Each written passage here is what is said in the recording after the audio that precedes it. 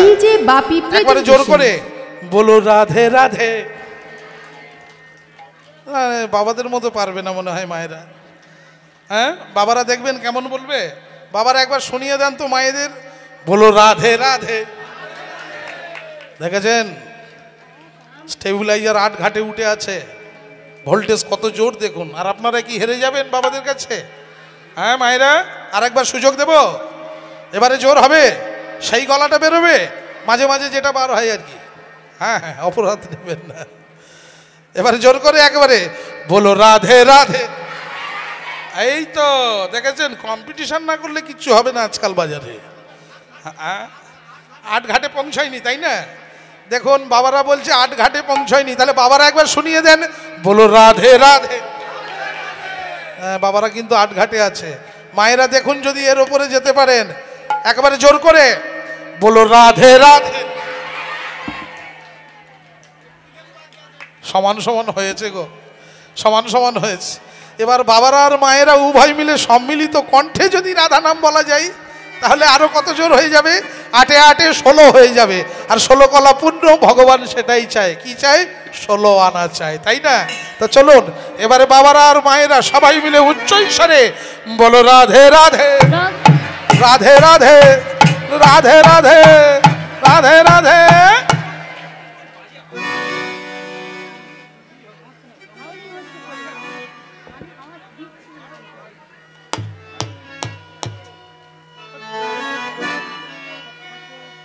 হরে কৃষ্ণ, জয় নিতাই, জয় রাধে। ঠিকই আছে তো।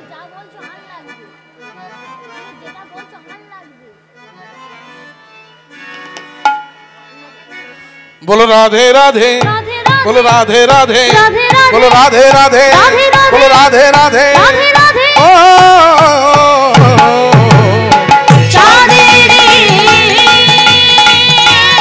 निताई गौर प्रमानंद, हरि बोल हरि बोल हरि बोल।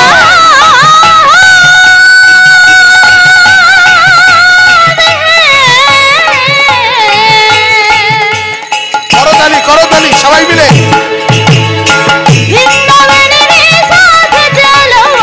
मधुमय मधुबन की, मधुमय मधुबन की, मधुमय मधुबन की, मधुमय मधुबन की। राधे राधे राधे राधे श्री राधे बोलो। राधिनी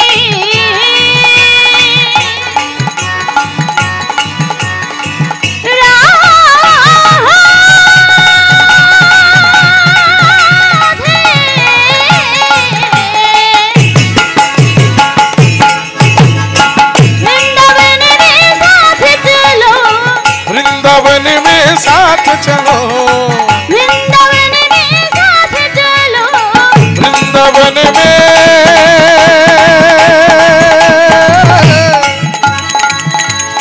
वृंदावन में,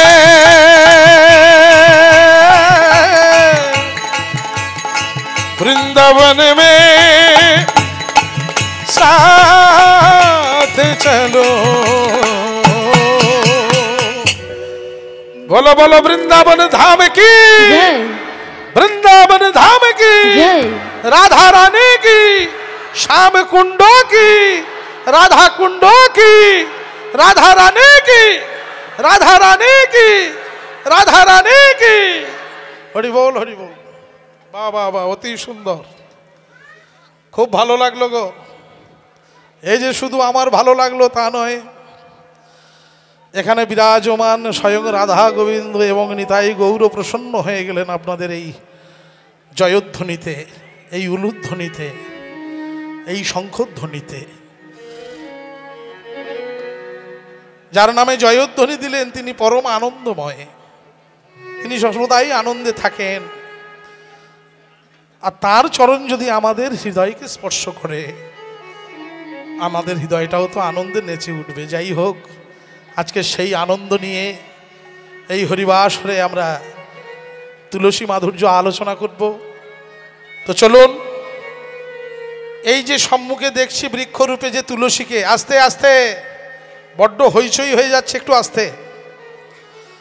আজকে যে তুলসীকে আমরা বৃক্ষরূপে দেখছি, এ তুলসী কিন্তু আগে বৃক্ষ ছিল না, পাখাটা অফ হয়ে গেল কেন? সে আবার কি? যে তুলসীকে আজকে আমরা বৃক্ষরূপে দেখছি, এ তুলসী কিন্তু আগে বৃক্ষ ছিল না গো মা। তাহলে কে ছিল? এ তুলসী ছিল একজন পরম বৈষ্ণব কন্যা। কি নাম ছিল সে বৈষ্ণবের? তাহলে চলুন আমরা সাধন করি। পুরাকালে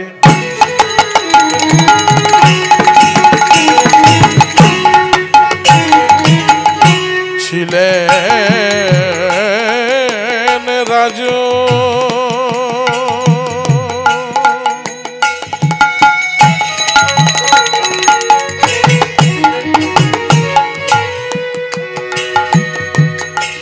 ধর্মধ্বজ না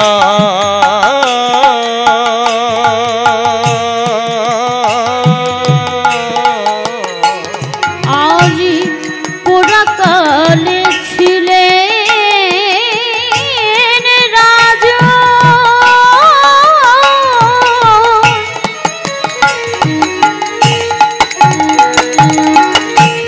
ধর্মধ্বজ না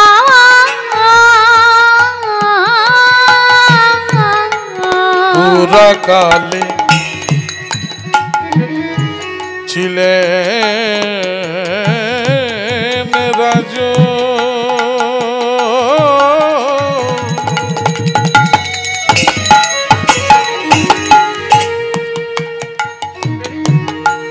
ধর্মধ্বজ না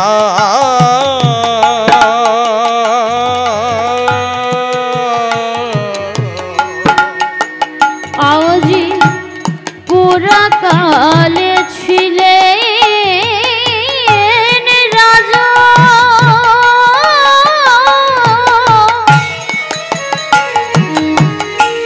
ধর্মধ্বজ না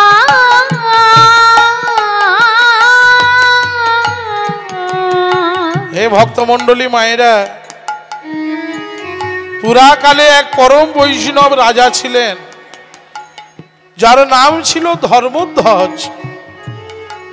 এই ধর্মধ্বজের ঘরেই তুলসী কন্যা রূপে জন্মগ্রহণ করেছিল। তাই যে তুলসীর পিতা ধর্মধ্বজ, এই ধর্মধ্বজের স্বভাব চরিত্র কেমন ছিল আসুন একটু জেনে নি। হ্যাঁ, ধর্মে কর্মে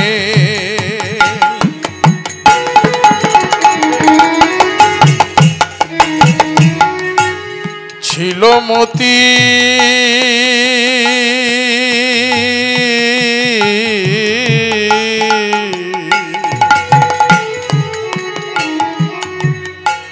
অতি গুণতা, ধর্মে কর্মে ছিল মতি,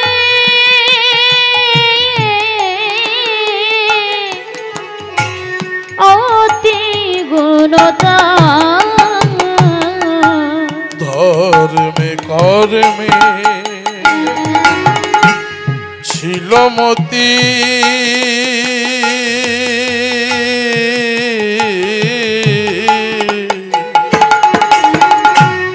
অতি গুণতা, ধর্মে কর্মে ছিল মতি, অতি গুণতা। ধর্মধ্বজের ঘরে তো তুলসী কন্যা রূপে জন্মগ্রহণ করেছিল গো, কিন্তু যার গর্ভে জন্মগ্রহণ করেছিল সেই রমণীটি কে?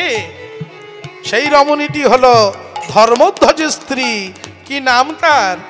নামটি হলো মাধবী। মাধবী, হ্যাঁ, মাধবী না মেতে পত্নী,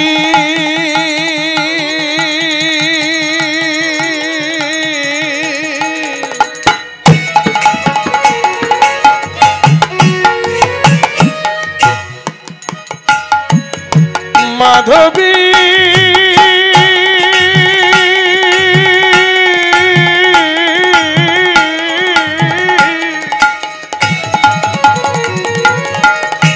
নিতাই গৌর প্রেমানন্দে হরি বল হরি বল হরি বল। মাধবী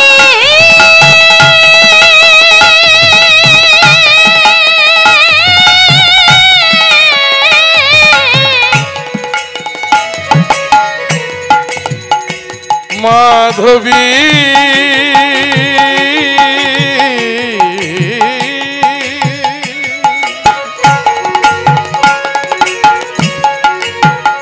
মাধবী গো মাধবী নাম নিতে পদিনী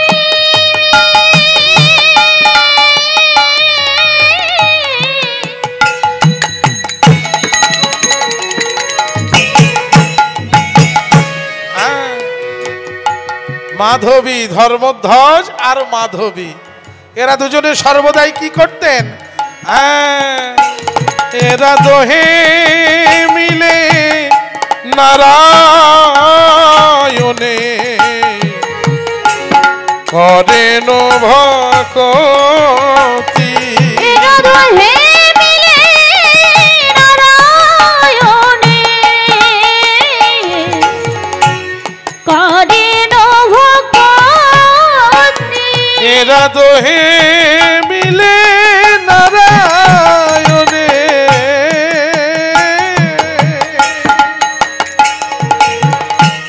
করেন ভক্তি। এরা দোহে মিলে নারায়ণে করেন ভক্তি। তারা সদাই করত হরির ভজন। সদাই করত হরির ভজন। তারা সদাই করত হরির ভজন। সদাই করত হরির ভজন। ওই না হরি পূজন হরি আরাধন। সদাই করত হরির ওই না ভজন। হরি পূজন হরি আরাধন। সদাই করতালি সবাই মিলে করতালি। ভজন। হরি পূজন হরি আরাধন। সদাই করত হরির ভজন। ওই না হরি পূজন হরি আরাধন। সদাই করত হরির ভজন। তারা হরি নামে ছিল মগন। সদাই করত হরির ভজন। তারা হরি নামে ছিল মগন। তাই গৌর প্রেমানন্দে হরি বল হরি বল হরি বল। সদাই করত হরির ভজন। সদাই করত হরির ভজন। আমার প্রভু গো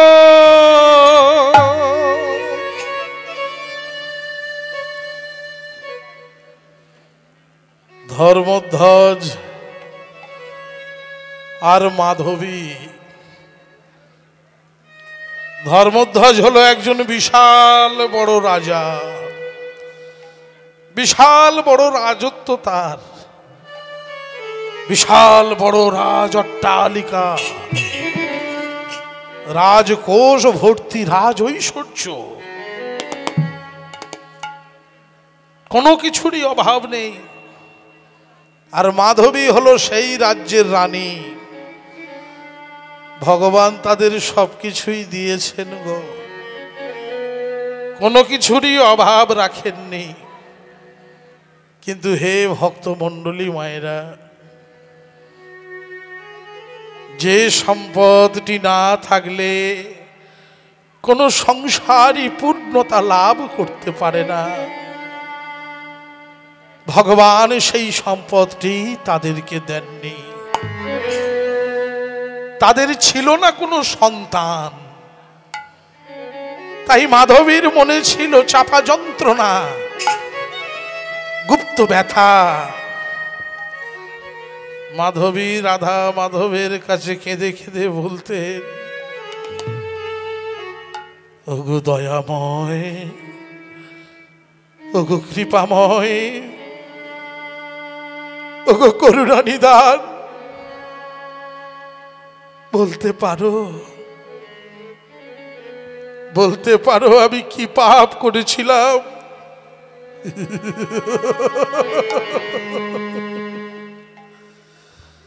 তুমি তো আমাদের সবকিছুই দিয়েছ, তুমি তো আমাদের সবকিছুই দিয়েছ গো। তবে কেন, তবে কেন তুমি আমার কোলে একটি সন্তান দিলে না? বলতে পারো, বলতে পারো ঠাকুর, আমি কি পাপ করেছিলাম, কি অন্যায় করেছিলাম? আমার অজান্তে, আমার অলক্ষ্যে আমার রাজ্যের অধিবাসীরা আমাদের নামে কত কুকথা বলে, কত বাজে বাজে প্রস্তাব রাখে।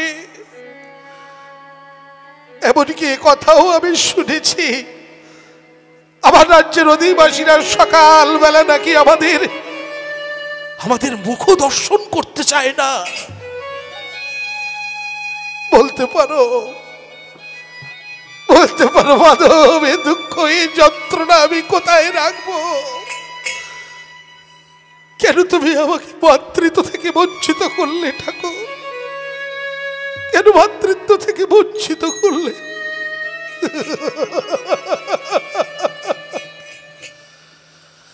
মাধবী যখন রাধা মাধবের চরণে বসে বসে এইভাবে কাঁদছে, ঠিক সেই সময়ে কোথায় ছিল ধর্মধ্বজ? রাজকার্য সমাপ্ত করে ঠিক সেই মুহূর্তেই প্রাসাদে প্রবেশ করেছে। ধর্মধ্বজ প্রাসাদে প্রবেশ করেই দেখছে মাধবী কাঁদছে। একই একই মাধবী, তুমি এমন করে কাঁদছো কেন? কি হয়েছে তোমার? কাঁদবো না, কাঁদবো না স্বামী।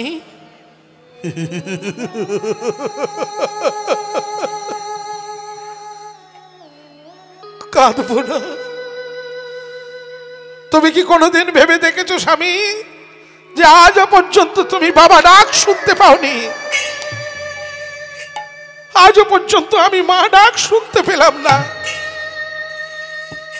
তুমি কি কোনোদিন ভেবে দেখেছো তোমার এই যে এত বড় রাজত্ব, এত বড় রাজ অট্টালিকা, রাজকোষ ভর্তি ওই যে রাজ ঐশ্বর্য, কে হবে, কে হবে এর উত্তরাধিকারী?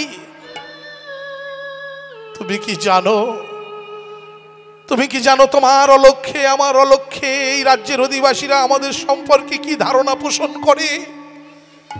এরা সবাই বলে, এরা সবাই বলে সকালবেলা আমাদের নাকি মুখ দর্শন করতে নেই। আমাদের অজান্তে আমাদের রাজ্যের অধিবাসীরা বলে তুমি নাকি আটকুড়ো রাজা, আটকুড়ো রাজা, আটকুড়ো রাজা। না, চুপ করো, চুপ করো মাধবী, চুপ করো, আর বলো না, আর বলো না।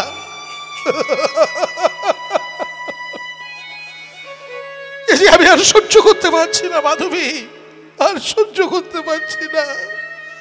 তুমি এমন করে বলো না। হে ভক্ত মন্ডলী মায়েরা, ধর্মধ্বজ আর মাধবী দুজনে কান্নাকাটি করছে, আর ওদিকে অন্তর্যামী শ্রী বিষ্ণু নারায়ণ তিনি মনে মনে ভাবছেন, ওরে ধর্মধ্বজ, ওরে মাধবী, একটা সন্তানের জন্য তোরা এমন করে কাঁদছিস, কিন্তু তোরা তো জানিস না যে আমার ঘরণী লক্ষ্মীর অংশ থেকে একটি কন্যা সন্তান আমি তোদের ঘরে পাঠাবো। বেশ ঠিক আছে, কেন বেচারিরা এইভাবে কান্নাকাটি করে? আজ রাতের বেলা দৈববাণী করে এই কথাটি আমি ওদের দুজনকে জানিয়েই দেব। ঠিক রাত্রির দ্বীপ প্রহরে শ্রী বিষ্ণু নারায়ণ দৈববাণী করলেন,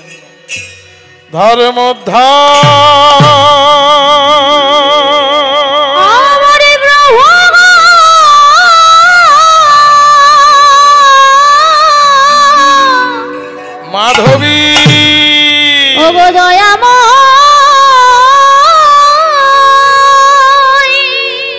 ধর্মধ্বজ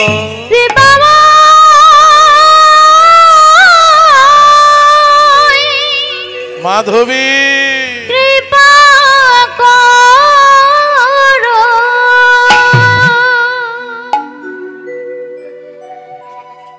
ওরে ধর্মধ্বজ, ওরে মাধবী, একটা সন্তানের জন্য তোরা এমন করে কাঁদছিস, কিন্তু তোরা তো জানিস না যে আমার ঘরণী লক্ষ্মীর অংশ থেকে একটি কন্যা সন্তান আমি তোদের ঘরে পাঠাবো। যেই না এই কথাটি মাধবী শুনেছে, চমকে উঠেছে। কি বললে, কি বললে প্রভু, কি বললে? আরেকবার বলো প্রভু, আরেকবার বলো। আমি আমি ঠিক শুনছি তো? আমি স্বপ্ন দেখছি না তো? আমি ঠিক?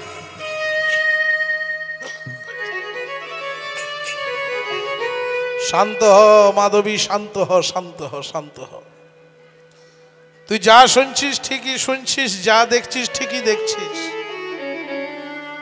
আমি স্বয়ং শ্রী বিষ্ণু নারায়ণ, আমি তোকে বলছি আমার ঘরণী লক্ষ্মীর অংশ থেকে একটি কন্যা সন্তান আমি তোদের ঘরে পাঠাবো।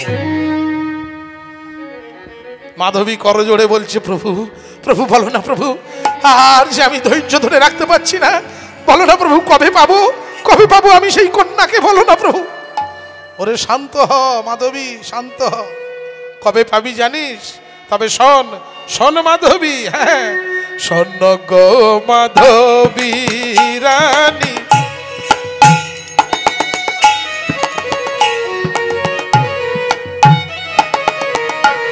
শোন গো মাধবী রানী, মিলাইব এক রমণী। শোনো গো মাধবী রানী,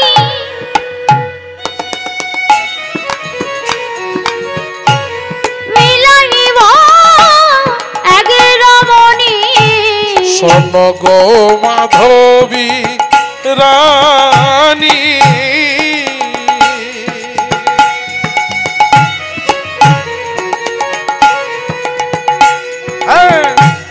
মিলাইব এক রমণী। শোনো গো মাধবী রানী, মিলাইব এক রমণী। কন্যা রূপে করিবে গম, ও সে কন্যা রূপে করিবে গম। ও সে কন্যা রূপে করিবে গম, ও সে কন্যা রূপে করিবে গম। ও প্রভু, সে তো শুনলাম যে একটি কন্যা সন্তান আমি পাবো, কিন্তু বলো না প্রভু কবে পাবো? শোন শোন মাধবী শোন, আশ্বিন পূর্ণিমা রাতে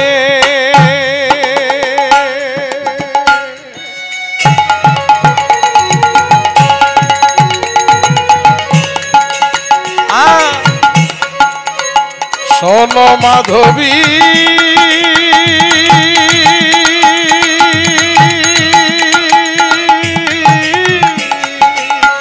নিতাই গৌর প্রেমানন্দে, হরি বল হরি বল হরি বল।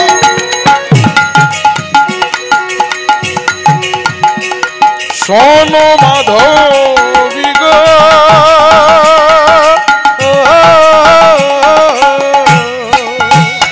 ওই নয় আশ্বিন পূর্ণিমা রাতে,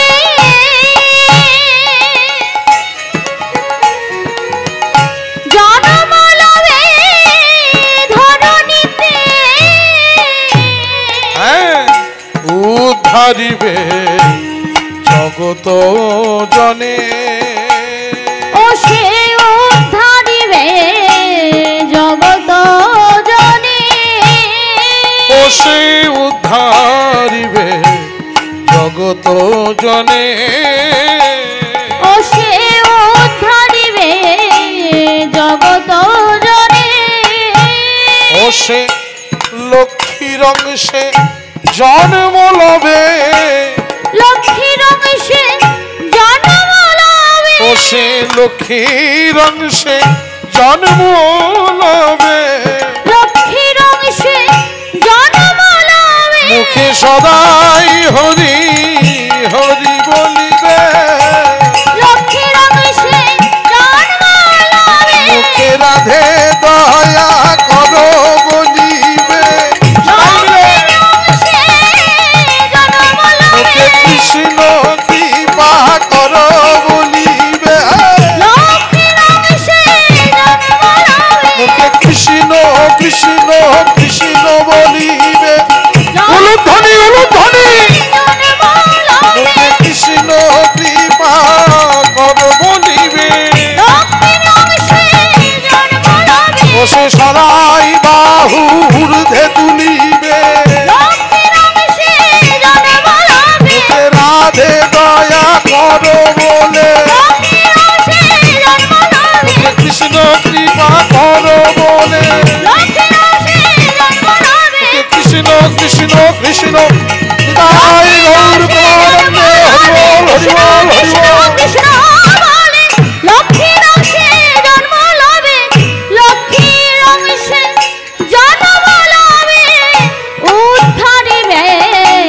জগত জনে অসে উদ্ধারিবে জগত জনে হরি বল হরি বল। দৈববাণী শেষ হয়ে গেল। শ্রী বিষ্ণু নারায়ণ দৈববাণী করে পুনরায় বৈকুণ্ঠে ফিরে গেলেন। আর দৈববাণী শেষ হয়ে যাওয়ার পর ধর্মধ্বজ আর মাধবী এবারে দুজনে আলোচনা করছে গো। ধর্মধ্বজ মাধবীকে বলছে, আস্তে আস্তে, ধর্মধ্বজ মাধবীকে বলছে, মাধবী শুনলে তো শ্রী বিষ্ণু নারায়ণ দৈববাণী করে কি বলে গেলেন। কোন এক আশ্বিন মাসের পূর্ণিমা রাত্রিতে তুমি একটি কন্যা সন্তানকে জন্ম দেবে, লক্ষ্মীর অংশ থেকে তার জন্ম হবে, জগৎ মাঝে সে সতী নামে বিরাজ করবে, নাম হবে তার সতী তুলসী। কিন্তু মাধবী, এইবার তোমাকে যে একটা কথা দিতে হবে আমায়। বলো স্বামী, কি কথা? না দেখো মাধবী, এই যে দৈববাণীর কথাটি তুমি স্বয়ং শ্রী বিষ্ণু নারায়ণের মুখ থেকে শুনলে, তুমি আমাকে কথা দাও যে এই দৈববাণীর কথা তুমি কারোর কাছে প্রকাশ করবে না। মাধবী বলছে, বেশ তাই হবে স্বামী, আমি কাউকে বলবো না। কিন্তু হে ভক্তমণ্ডলী মায়েরা, অপরাধ নেবেন না, মাধবী তো মায়ের জাত। আর মায়েদের একটা বদগুণ আছে কি জানেন? কোনো কথা মায়েরা নিজেদের মধ্যে চেপে রাখতে পারেন না। তাছাড়া মাধবী এতদিন সন্তান সন্তান করে পাগলিনী হয়েছিল, আর যেই না শুনেছে যে সন্তান পাবে, তাই মনটা বড় চঞ্চল, বড় ব্যাকুল হয়ে আছে। কথাটি কাকে বলি কাকে বলি কাকে বলি, নিজের মধ্যে আর চেপে রাখতে পারছে না।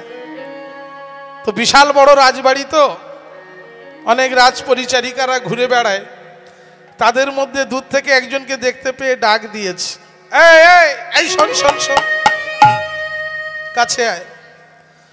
যেই না কাছে এসেছে, অমনি মাধবী যেই না বলতে যাবে, জানিস, এই জানিস আমি না মা, যেই না বলতে যাবে যে আমি মা হতে চলেছি, অমনি কোথায় ছিল ধর্মধ্বজ, ছুটতে ছুটতে এসে মাধবীর মুখটা চেপে ধরেছে।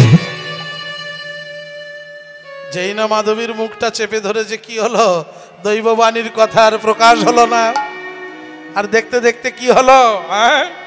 শুনিয়া দৈবেদবাণী হরষিত হয়ে রানী, শুনিয়া দৈবেদবাণী হরষিত হয়ে রানী, শুনিয়া দৈবেদবাণী হরষিত হয়ে রানী, শুনিয়া দৈবেদবাণী হরষিত হয়ে রানী। আবার না কহিল হেন বচন, আবার না কহিল হেন বচন, আবার না কহিল হেন বচন, আবার না কহিল হেন বচন। দৈববাণীর কথা প্রকাশ হলো না। আর দেখতে দেখতে কি হলো?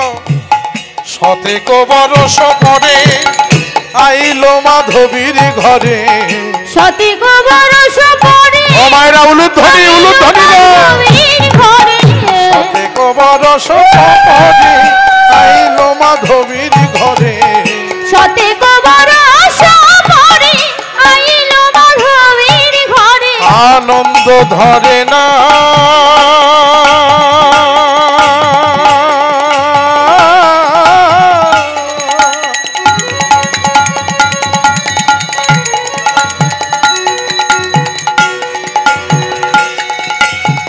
আনন্দ ধরে না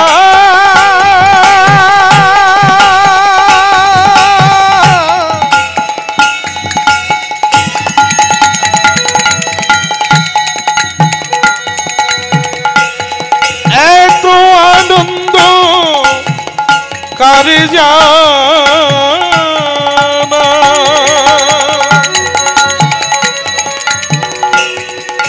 আনন্দে সীমা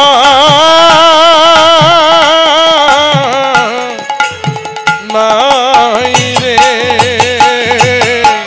সতী গো বরষ পরে আইলো মাধবীর ঘরে সতী গো বরষ পরে আইলো মাধবীর ঘরে আনন্দেতে দোহেতে মগন তারা আনন্দিতে দোহেতে মগন আনন্দেতে দোহেতে মগন তারা আনন্দিতে দোহেতে মগন সীমা নাই সীমা যে নাই সীমা নাই সীমা যে নাই সীমা নাই সীমা যে নাই সীমা নাই সীমা যে নাই নয়নে হেরি কন্যার বদন সীমা নাই সীমা যে নাই নয়নে হেরি কন্যার বদন সীমা নাই সীমা যে নাই আনন্দেতে দোহেতে মগন তারা আনন্দিতে দোহেতে মগন তারা আনন্দেতে দোহেতে মগন তারা আনন্দিতে দোহেতে মগন সতেকো বরষ পরে আইলো মাধবীর ঘরে আনন্দেতে দোহেতে মগন কি অদ্ভুত একটা কলম দিলেন পদকর্তা দেখুন হে ভক্তমণ্ডলী মায়েরা আমরা সাধারণত কি জানি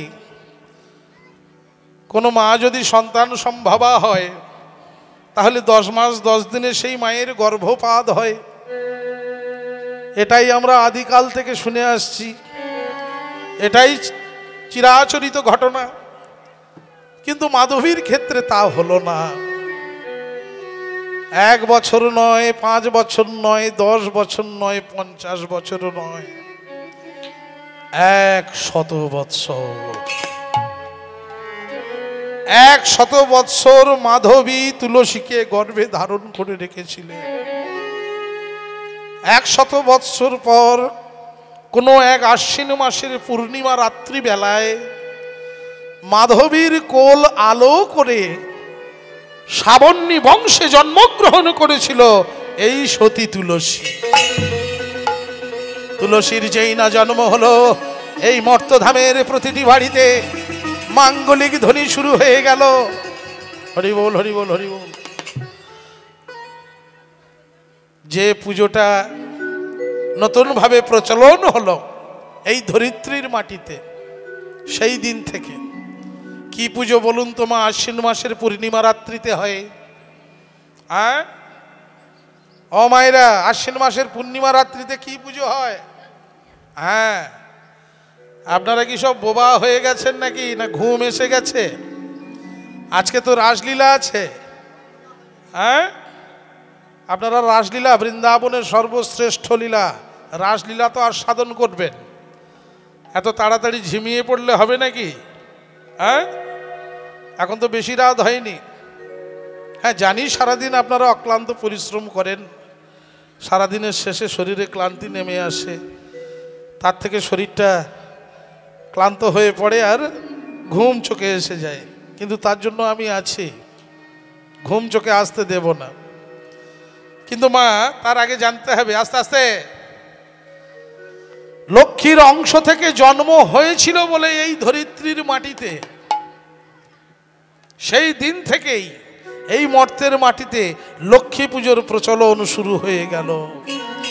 তার আগে কিন্তু এই ধরিত্রীতে লক্ষ্মী পুজো হতো না গো। সেই দিন থেকেই শুরু হলো যেদিন তুলসীর জন্ম হয়েছিল এই ধরাধামে। তো যাই হোক, ছোট্ট তুলসী পিতা মাতার আদরে একটু একটু একটু একটু করে বড় হচ্ছে। কত আশার ধন, 7 রাজার মানিক এক ধন, যেমন কত প্রতীক্ষার ফল ওই তুলসী, কত চোখের জলের দাম হলো ওই তুলসী।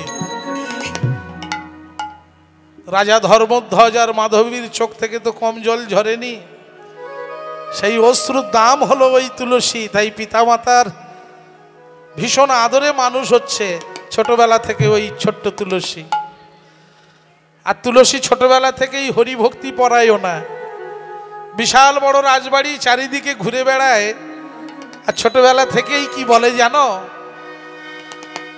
বলো কৃষ্ণের নাম বলো,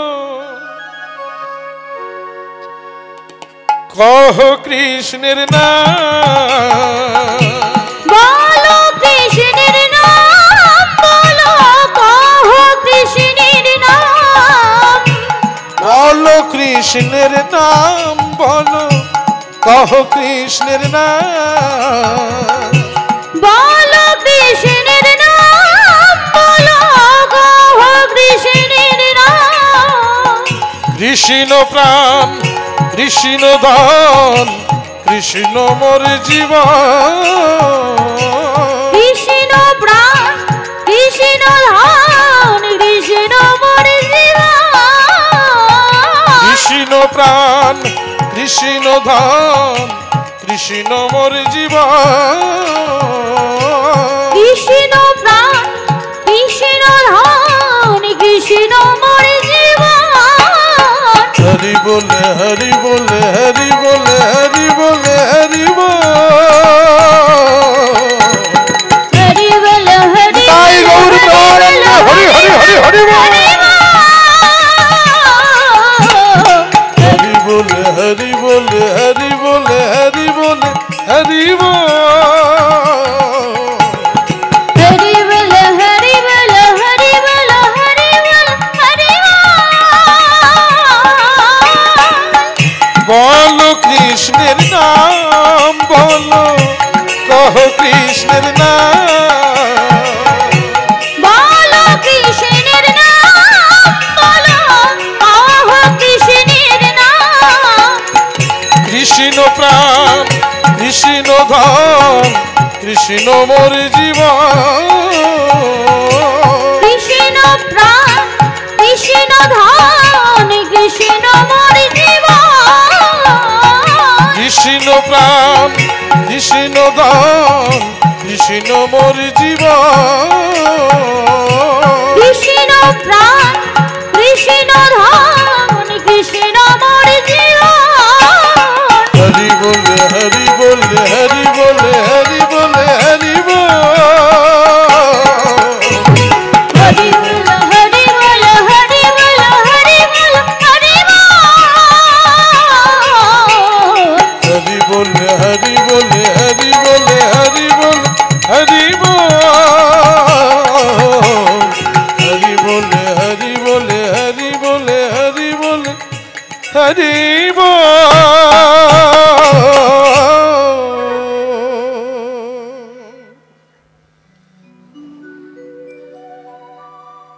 সেই ছোট্ট তুলসী যেই না একটু বড় হলো, পিতামাতাকে পরিত্যাগ করে, বিশাল বড় রাজত্বকে পরিত্যাগ করে কেবলমাত্র একখানি গৈরিক বসন ধারণ করে গমন করল বর্তি নারায়ণে। মনে তার একটাই কামনা, একটাই বাসনা, জগৎপতি শ্রী বিষ্ণু নারায়ণকে আমি আমার পতি রূপে পেতে চাই। দেখুন ভক্তমণ্ডলী মায়েরা, যারা সত্যিকারের ভক্ত হয় তারা এই পার্থিব মায়াময় জগতের কোনো বিষয়বস্তুর ওপরে আকৃষ্ট হয় না। তার জলজান্ত প্রমাণ হলো এই তুলসী। সে তো একটা রাজার মেয়ে ছিল, রাজকন্যা। তার বাবা ছিল একজন বিশাল বড় রাজা, বিশাল বড় রাজত্ব, বিশাল বড় রাজ অট্টালিকা, রাজকোষ ভর্তি রাজ ঐশ্বর্য। কি ছিল না তার? কিন্তু আজকের দেখুন, সে ভালো করে ভেবে দেখলো যে এগুলো যতদিন আমি বেঁচে থাকবো ততদিন আমার সঙ্গে থাকবে, কিন্তু যখন আমি মারা যাব এই বিষয় সম্পত্তি, রাজ অট্টালিকা, এই রাজ ঐশ্বর্য আমার সঙ্গে একটাও যাবে না। আমি জন্ম জন্মান্তর ধরে, অনন্ত অনন্ত কাল ধরে যাকে সঙ্গী করতে পারবো আমি তারই সাধনা করব, সেটা পাওয়ারই আকাঙ্ক্ষা করব। তাই সেই পার্থিব মায়াময় জগতের এই সমস্ত বিষয়বস্তুগুলোকে তুচ্ছ মনে করে গমন করল বর্দি নারায়ণে। মনের ইচ্ছা কি? প্রবল ইচ্ছা। জগৎপতি শ্রী বিষ্ণু নারায়ণকে আমি আমার পতিরূপে পেতে চাই। বর্দি নারায়ণে শুরু করে দিল তার সাধন ভজন। 30,000 বৎসর ওই নাম। হরি ওম তৎসৎ। হরি ওম তৎসৎ। হরি ওম তৎসৎ। হরি ওম তৎসৎ। হরি ওম তৎসৎ। হরি ওম তৎসৎ। এইভাবে তপস্যা করতে করতে যখন 30,000 বৎসর কেটে গেল, ঠিক সেই সময় পিতা ব্রহ্মা তুলসীর তপস্যায় সন্তুষ্ট হয়ে তুলসীর সম্মুখে এসে হাজির হলেন। তুলসী, নয়ন মোচন করো, তোমার তপস্যায় আমি মুগ্ধ হয়েছি। বলো বলো, তুমি আমার কাছে কি বর চাও? তুমি আমার কাছে যা চাইবে আমি তোমাকে তাই দেব। তুলসী নয়ন মোচন করে সম্মুখে পিতা ব্রহ্মাকে দেখে বলে উঠল, প্রভু প্রভু তুমি এসেছো, তুমি এসেছো প্রভু। তুমি তো অন্তর্যামী, তুমি আমার অন্তরের চাওয়া পাওয়া সব কিছু জানো। তুমি তো জানো প্রভু আমার মনের কি ইচ্ছা, মনের কি বাসনা। তবুও যদি তুমি আমারই মুখ থেকে শুনতে চাও তবে আমি বলছি প্রভু, জগৎপতি শ্রী বিষ্ণু নারায়ণকে আমি আমার পতি রূপে পেতে চাই। চমকে উঠেছে পিতা ব্রহ্মা। এ তুমি কি বর চেয়ে বসলে তুলসী? এ তুমি কি বর চেয়ে বসলে?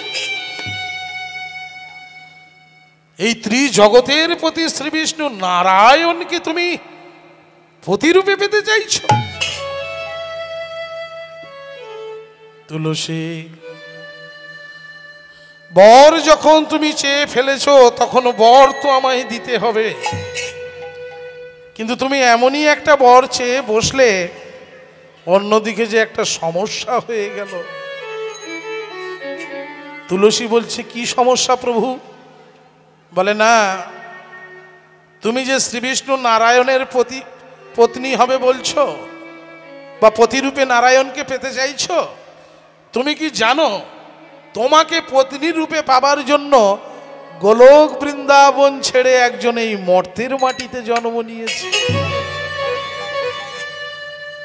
হ্যাঁ, গোলক বৃন্দাবন ছেড়ে একজন এই মর্তের মাটিতে জন্ম নিয়েছে। সে তো গোলক বৃন্দাবন থেকে বর নিয়ে এসেছে তোমাকে পত্নী রূপে পাবে বলে। তা তুমি যদি নারায়ণের ঘরণী হও তবে তার ঘরণী হবে কে? হরি হরি বল। তুলসী বলছে প্রভু আমি তো ঠিক বুঝতে পারছি না। বলে দাঁড়াও দাঁড়াও, আমি তোমাকে বুঝিয়ে বলছি, একটু মন দিয়ে শোনো তুলসী। গোলক বৃন্দাবন ছেড়ে যে এই মর্তের মাটিতে জন্ম নিয়েছে সে কে জানো? সে আর অন্য কেউ নয়, সে হলো গোলক বৃন্দাবনের কৃষ্ণ সখা শ্রীদাম। এই মর্তের মাটিতে ধনু বংশে জন্ম হয়েছে। তার কি নাম হয়েছে জানো? নাম হয়েছে দৈত্যরাজ শঙ্খচূড়।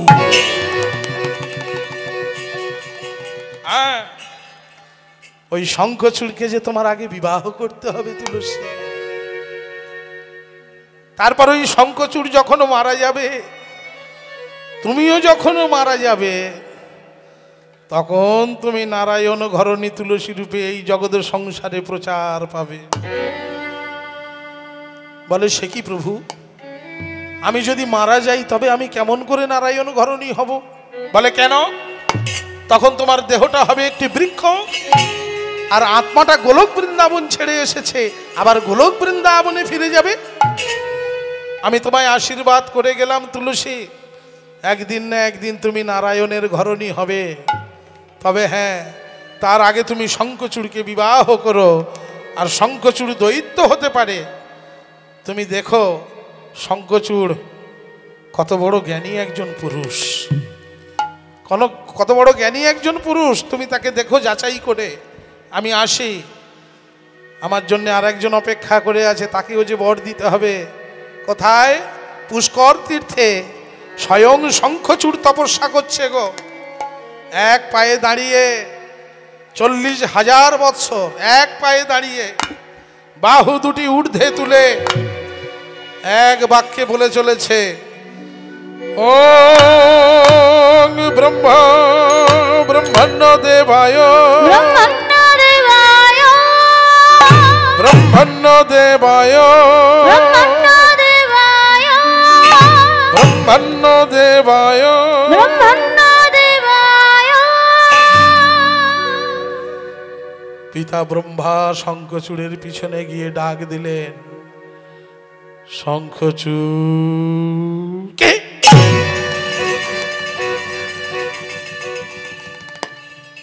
আমি শঙ্খচূড়। 40,000 বৎসর এক পায়ে দাঁড়িয়ে, বাহু দুটি ঊর্ধ্বে তুলে তুমি আমাকেই স্মরণ করে চলেছ।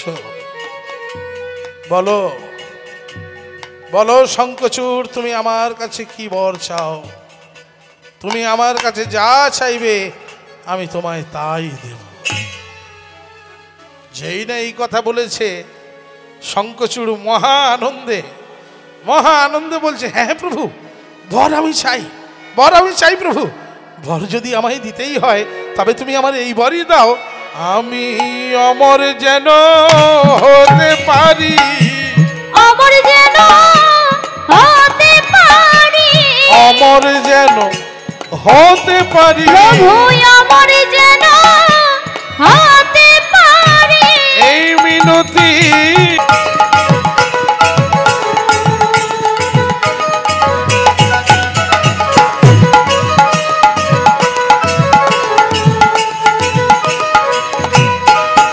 অধম বিজয় ধীবর বলছে, শুধু নাম ছাড়া গতি নাই।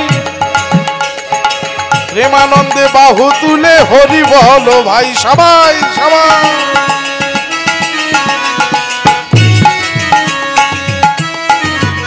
অধম বিজয় ধীবর বলছে, হরি নাম ছাড়া গতি নাই। প্রেমানন্দে বাহু তুলে হরি বলো ভাই, হরি নামের জলে ডুবে দিলে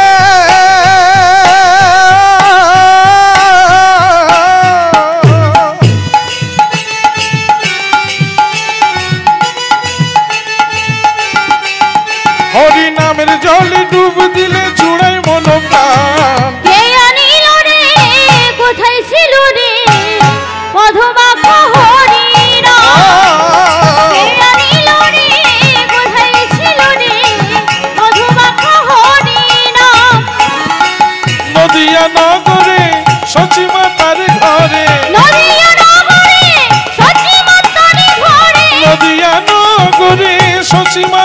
ঘরে নদিয়া নগরে সচিব তারি ঘরে উদয় হলো নিমাই চা হেয়া নীল রে গোসাইছিল রে মধুমাখা হরিণা হেয়া নীল রে গোসাইছিল রে মধুমাখা হরিণা মধুমাখা হরিণা মধুমাখা হরিণা মধুমাখা হরিণা মধুমাখা হরিণা মধুমাখা হরিণা।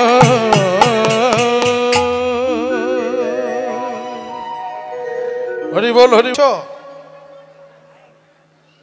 কিন্তু দেখো শঙ্খচূড়, পিতা ব্রহ্মা বলছে আমি যদি তোমাকে অমরত্ব বর দিই তাহলে সারাটা কাল কিন্তু তোমার এই দৈত্যকুলে থাকতে হবে।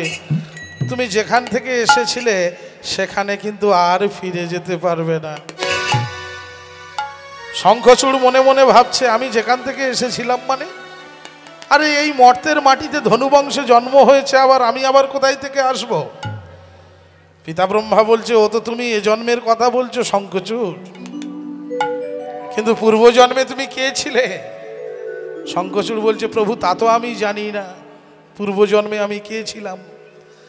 পিতা ব্রহ্মা মনে মনে ভাবলেন শঙ্খচূড়কে মনে করিয়ে দিতে হবে যে পূর্বজন্মে আসলে ও কে ছিল। তাই পিতা ব্রহ্মা কি করলেন দেখুন, শঙ্খচূড়ের মস্তকে করলেন সজোরে আঘাত। আমার প্রভু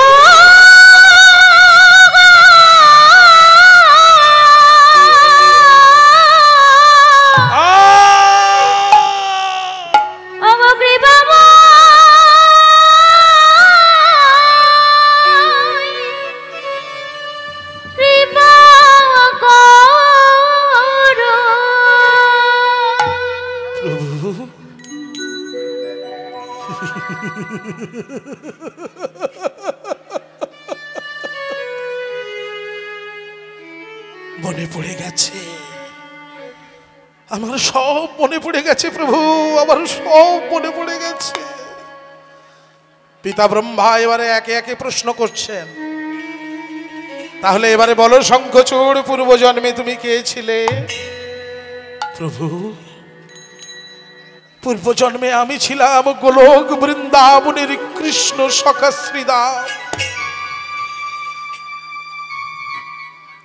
গোলক বৃন্দাবনের কৃষ্ণ সখা শ্রীদাম হয়ে এই দৈত্যকুলে জন্ম নিলে কেন? অভিশাপ, অভিশাপ প্রভু, অভিশাপ। পিতা ব্রহ্মা বলছে কার অভিশাপ? ওই রাধারানীর অভিশাপ প্রভু, ওই রাধারানীর অভিশাপ। ওই রাধারানীর অভিশাপে আজ আমার এই দৈত্যকুলে জন্ম হয়েছে। রাধারানী কেন তোমায় অভিশাপ দিয়েছিল? ক্রোধ, ক্রোধ। আমি ক্রোধ দেখিয়েছিলাম রাধারানীকে, তাই রাধারানী আমাকে অভিশাপ দিয়েছিল। কেন তুমি রাধারানীকে ক্রোধ দেখিয়েছিলে? কেন দেখাবো না? কেন দেখাবো না বলতে পারো প্রভু? ওই রাধারানী আমার পরম মিত্র, আমার পরম সখা, আমার পরম আরাধ্য, অনাদির আদি গোবিন্দ সর্বকারণের কারণং পুরুষোত্তম ভগবান শ্রীকৃষ্ণকে কি বলেছিল জানো? কৃষ্ণ নাকি লম্প, কৃষ্ণ নাকি চরিত্রহীন, কৃষ্ণ নাকি কাপুরুষ। ভগবানের অপমান আমি সহ্য করতে পারিনি ঠাকুর, ভগবানের তিরস্কার আমি সহ্য করতে পারিনি। তাই আমি রাধারানীকে ক্রোধ দেখিয়ে বলেছিলাম ও হে রাধে, তুমি কাকে কি বলছো? তুমি কাকে কি বলছো?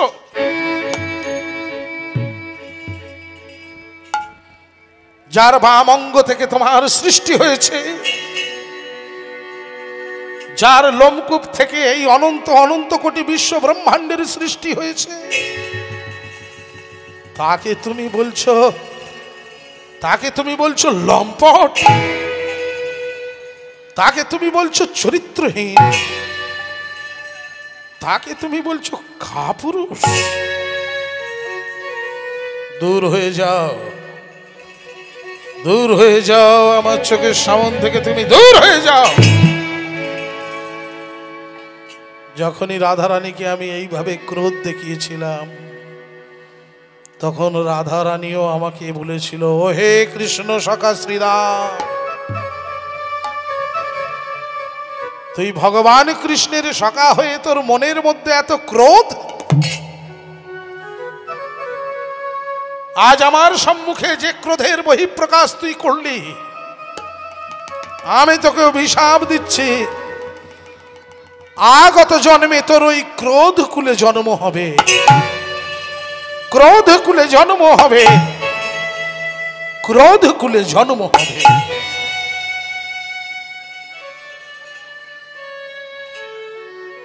রাধা রানীর সেই অভিশাপ মাথায় নিয়ে আগত কলিযুগে, রাধা রানীর সেই অভিশাপ মাথায় নিয়ে এই জন্মে আমার এই দৈত্যকুলে জন্ম হয়েছে। পিতা ব্রহ্মা বললেন, বেশ, তোমার সব কথা তো বুঝলাম এবং শুনলাম, এবারে তুমি কি চাইছো বলো? অমরত্ব বর নিয়ে সারাটা কাল এই দৈত্যকুলে থাকতে চাও, নাকি তোমার পরম মিত্র, পরম বন্ধু, অনাদিরাদি গোবিন্দ সর্বকারণের কারণং পুরুষোত্তম ভগবান শ্রীকৃষ্ণের কাছে সেই গোলক বৃন্দাবনে ফিরে যেতে চাও? তখন করজোড়ে বলছে শঙ্খচূড়, না প্রভু, আমি গোলক বৃন্দাবনে ফিরে যেতে চাই প্রভু, আমি গোলক বৃন্দাবনে ফিরে যেতে চাই। কিন্তু প্রভু, যেহেতু দৈত্যকুলে জন্ম নিয়েছি, এই কুলেরও তো একটা মান মর্যাদা আছে, এই বংশেরও একটা মান মর্যাদা আছে, তাই তুমি আমাকে এমনই একটি বর দাও যাতে করে কিছুদিন আমি অমর হয়ে থাকতে পারি, আবার ওই গোলক বৃন্দাবনেও ফিরে যেতে পারি। পিতা ব্রহ্মা বললেন, বেশ ঠিক আছে, তেমনই বর আমি তোমায় দেব, তেমনই বর আমি তোমায় দেব, তবে তার আগে আমার একটা কথা তোমায় রাখতে হবে। বলো প্রভু, কি কথা?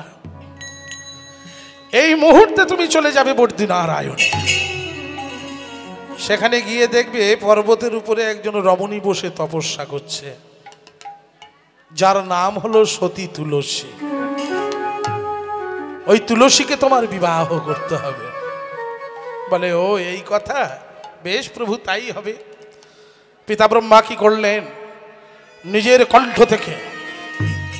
কণ্ঠ থেকে হরিকবচ কুণ্ডলটি খুলে নিয়ে শঙ্খচূড়ের কণ্ঠে পরিয়ে দিয়ে বলে উঠলেন, শোনো শঙ্খচূড়, এই হরিকবচ কুণ্ডল আমি তোমার কণ্ঠে পরিয়ে দিলাম। এই হরিকবচ কুণ্ডল যতদিন তোমার কণ্ঠে থাকবে, আর তোমার বিবাহিত স্ত্রী সতীলক্ষ্মী তুলসীর সতীত্ব যতদিন বজায় থাকবে, ততদিন তুমি অমর, তুমি অমর, তুমি অমর। কোনো অস্ত্রের আঘাতে তোমার মৃত্যু হবে না, দানব মানব খেচর ভুচর কেউ তোমাকে হত্যা করতে পারবে না, জলে স্থলে অন্তরিক্ষে কোথাও তোমার মরণ নেই, তুমি অমর, তুমি অমর, তুমি অমর। শঙ্খচূড়ের কণ্ঠে হরিকবচ কুণ্ডলটি পরিয়ে দিয়ে পিতা ব্রহ্মা চলে গেলেন। আর এদিকে কণ্ঠে হরিকবচ কুণ্ডল ধারণ করে অট্ট হাসি শুরু করে দিল শঙ্খচূড়।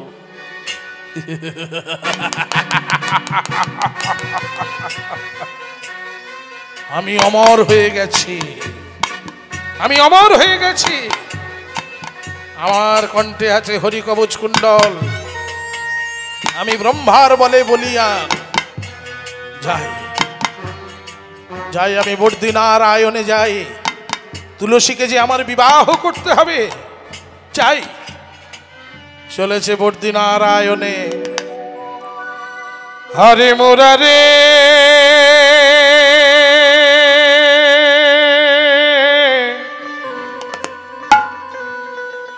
मधु कोइट भारे हारे मुरारे मधु कोइट भारे हरे मुरारे मधु कोइट भारे हरे मुरारे मधु कोइट भारे हरे मुरारे मधु कोइट भारे गोपाल गोविंद मुकुंद सोरे गोपाल गोविंद मुकुंद सोरे गोपाल गोविंद मुकुंद सोरे गोपाल गोविंद मुकुंद सोरे हरे मुरारे मधु कोइट भारे हरे मुरारे मधु कोइट भारे हरे मुरारे मधु कोइट भारे हरे मुरारे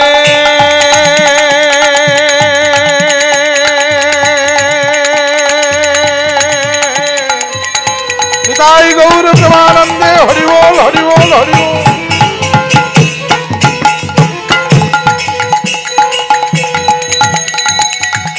हरि मुरारे मुरारे मुरारे मुरारे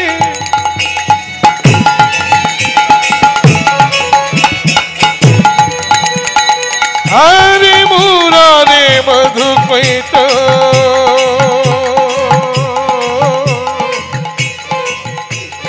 मधु कोइट भारे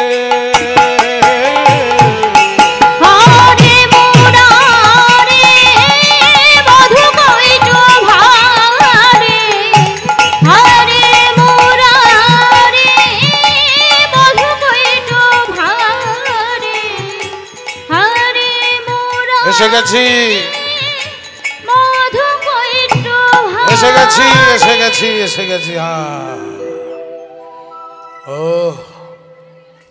অনেকটা পথ অবশেষে বর্ধিনারায়ণে উপস্থিত হলাম কিন্তু এখানে যে দেখছি চারিদিকে শুধু পর্বত আর পর্বত পিতা ব্রহ্মা যে বলেছিল এখানে পর্বতের উপরে একজন রমণী বসে তপস্যা করছে কোথায় কোথায় কোথায় আরে ওই তো পর্বতের উপরে একজন রমণী বসে তপস্যা করছে ওটাই মনে হয় তুলসী যাই যাই তুলসীর কাছে যাই আস্তে আস্তে পর্বতের উপরে উঠেছে পর্বতের উপরে উঠে তুলসীর পিছনে গিয়ে বলছে কে তুমি কন্যা কে কে আপনি আমি আমি দৈত্যরাজ শঙ্খচূড় কিন্তু তুমি কে আমি আমি আমি একজন বৈষ্ণব কন্যা আমার নাম হলো তুলসী ও তুমি তুলসী তা বেশ শোনো তুলসী আমি তোমার কাছে একটি প্রস্তাব নিয়ে এসেছি বলুন কি প্রস্তাব না দেখো তুলসী এই বর্ধিনারায়ণে আমি তোমাকে গন্ধর্ব মতে বিবাহ করতে চাই যেই না এই কথা বলেছে তুলসী মনে মনে ভাবছে বিবাহ তো আমি করব কিন্তু পিতা ব্রহ্মার কথা অনুযায়ী আমি শঙ্খচূড়কে একটু যাচাই করে দেখে নেব যে ও দৈত্য হলেও কত বড় জ্ঞানবান পুরুষ তাই তুলসী একটু ভনিতা করে বলছে আপনি আমায় বিবাহ করতে চান বেশ ভালো কথা এটা আমায় কেন বলছেন আমার পিতাকে গিয়ে বলুন আপনার কি একথা জানা নেই কোনো নির্জন স্থানে একা একটি রমণীকে যারা বিবাহের প্রস্তাব দেয় এই জগৎ সংসার তাদেরকে কাপুরুষ বলে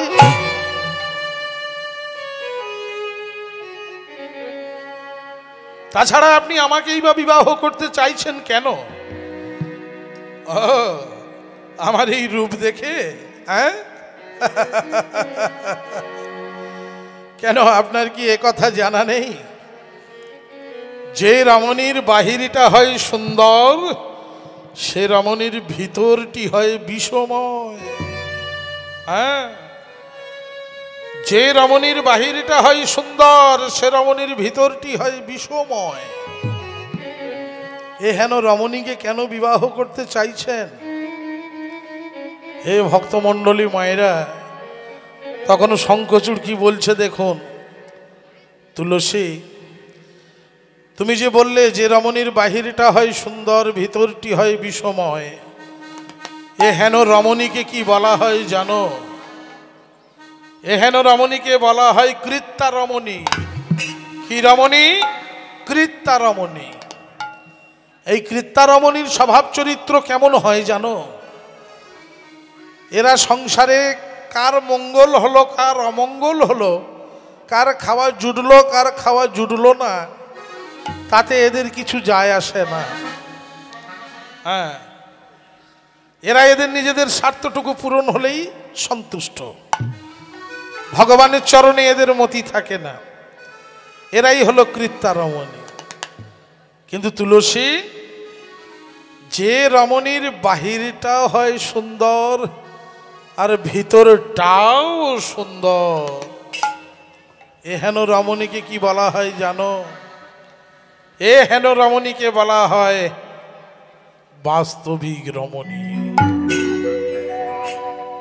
এদের স্বভাব চরিত্র কেমন হয় জানো? এরা নিজেদের স্বার্থ বলতে কি জানে না, বোঝে না। সংসারে সবার স্বার্থ বজায় রাখতে এরা এদের নিজেদের স্বার্থটুকু বিলীন করে দেয়। সর্বদাই এদের ভগবানের চরণে মতি থাকে। এরাই হলো বাস্তবিক রমণী। তা তুলসী, তোমাকে দেখে তো আমার কৃত্যা রমণী বলে মনে হয় না। তুমি তো দেখছি বাস্তবিক রমণী। দৈত্যরাজ শঙ্খচূড়ের মুখে হেন জ্ঞানের কথা শুনে তুলসীর চোখে নেমে এলো জল। বর্দি নারায়ণে তুলসী শঙ্খচূড়কে প্রতিরূপে বরণ করে নিল। অমাইরা, আজ শঙ্খচূড় আর তুলসীর বিবাহ হবে।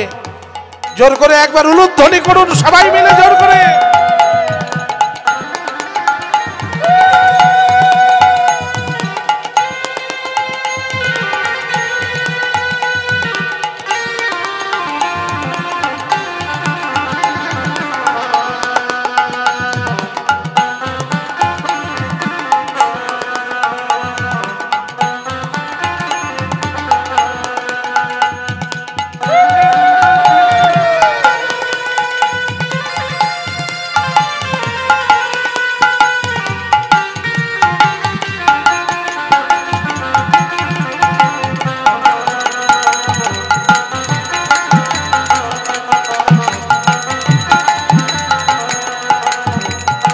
উলুধ্বনি, উলুধ্বনি।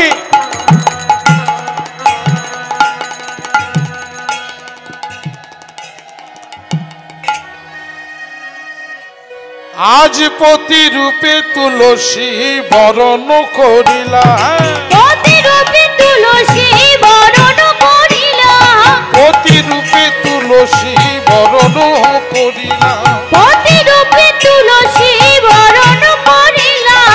অন্তর্যামী নারায়ণ আনন্দিত হইলা, অন্তর্যামী নারায়ণ আনন্দিত হইলা, অন্তর্যামী নারায়ণ আনন্দিত হইলা, অন্তর্যামী নারায়ণ আনন্দিত হইলা। পত্নী রূপে আইলা সতী আজি অন্তপুরে, পত্নী রূপে আইলা সতী আজি অন্তপুরে, পত্নী রূপে আইলা সতী আজি অন্তপুরে, পত্নী রূপে আইলা সতী আজি অন্তপুরে। স্বর্গ হতে দেবগণ পুষ্প বৃষ্টি করে, ওই না স্বর্গ হতে দেবগণ পুষ্প বৃষ্টি করে, ওই না স্বর্গ হতে দেবগণ পুষ্প বৃষ্টি করে, স্বর্গ হতে দেবগণ পুষ্প বৃষ্টি করে। বলে হরি বল হরি বল হরি বল হরি বল হরি বল হরি বল হরি বল হরি বল ওই উলুধ্বনি করে সকল হরি বল হরি বল উলুধ্বনি করে সকল হরি বল হরি বল ওই শঙ্খধ্বনি করে সকল হরি বল হরি বল ওই দিলয় আনন্দের হরি বল হরি বল উলুধ্বনি করে সকল হরি বল হরি শঙ্খধ্বনি করে সকল হরি বল হরি উলুধ্বনি করে জয় গৌর ব্রহ্মানন্দে হরি বল হরি বল উলুধ্বনি করে সকল হরি বল হরি শঙ্খধ্বনি করে সকল হরি বল হরি স্বর্গ হতে দেবগণে পুষ্প বৃষ্টি করে স্বর্গ হতে দেবগণে পুষ্প বৃষ্টি করে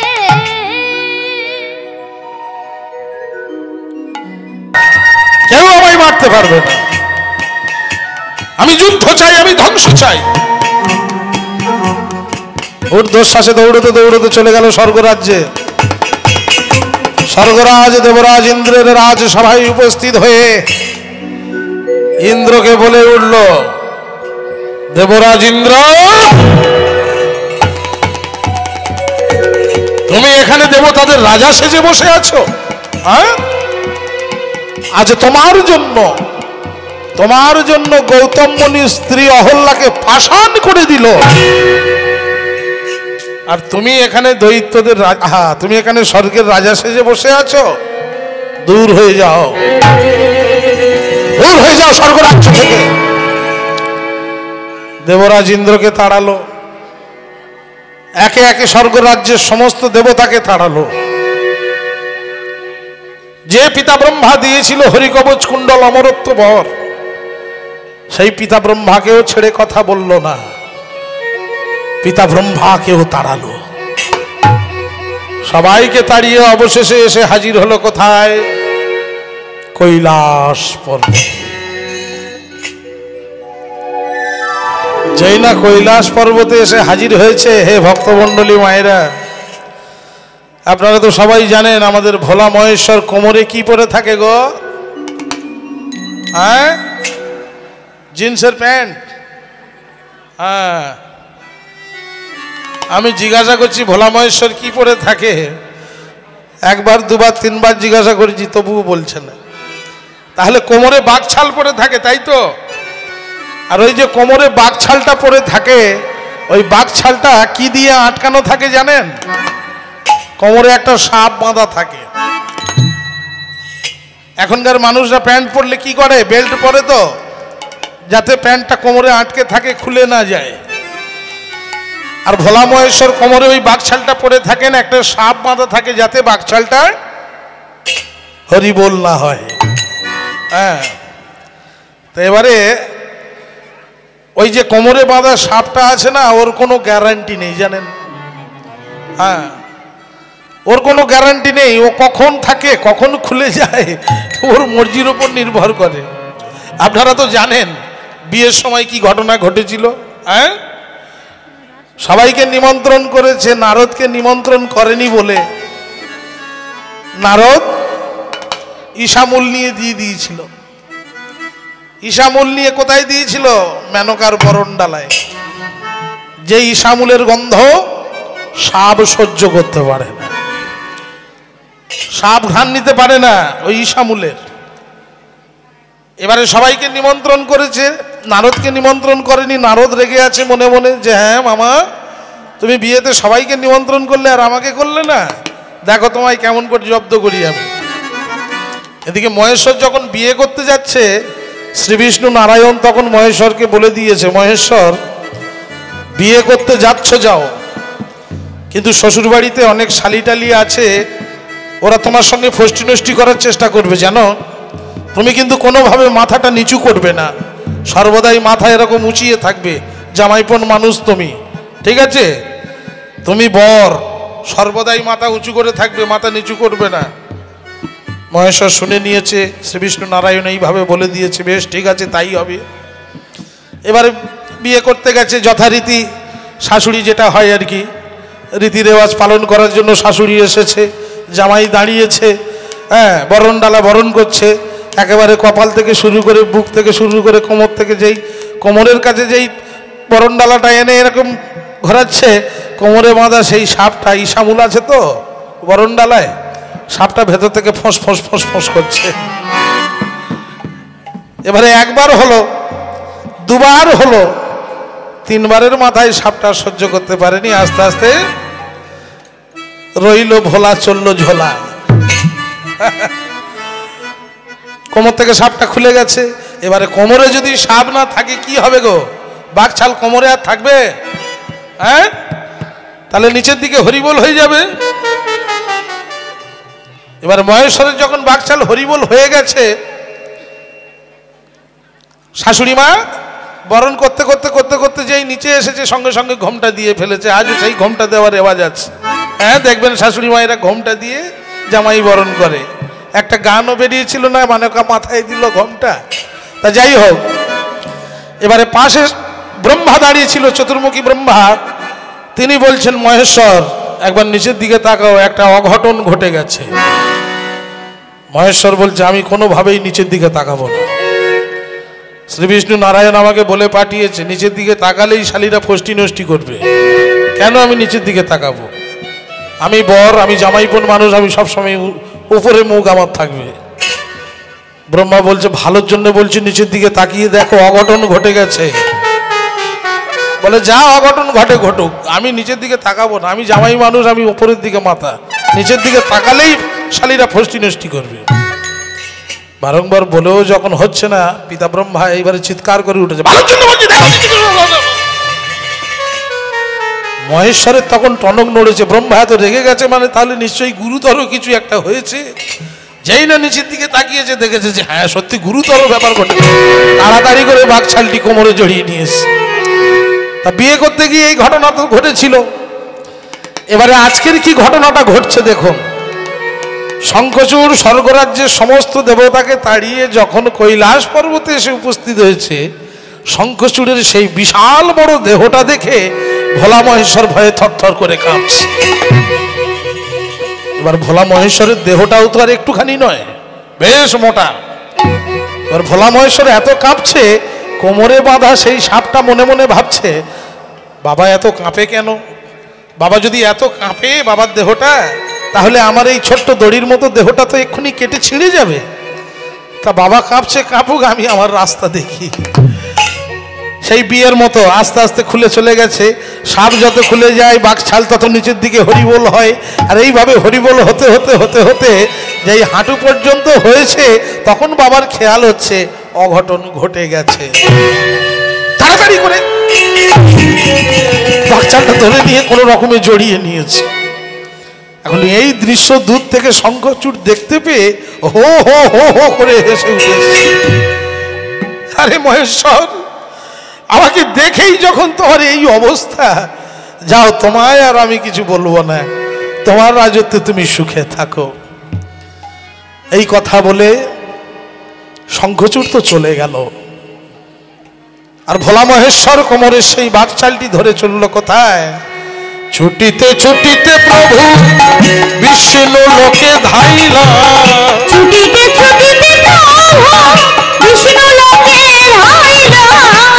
ছুটিতে ছুটিতে প্রভু বিষ্ণু লোকে ধাইলা। ছুটিতে ছুটিতে প্রভু বিষ্ণু লোকে ধাইলা। ছুটে যা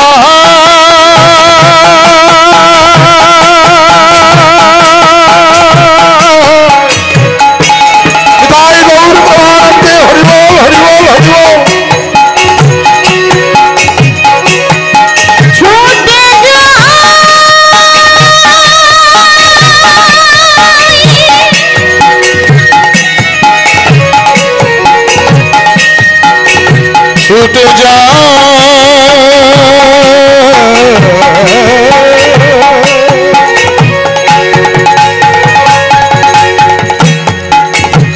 ছুটে যা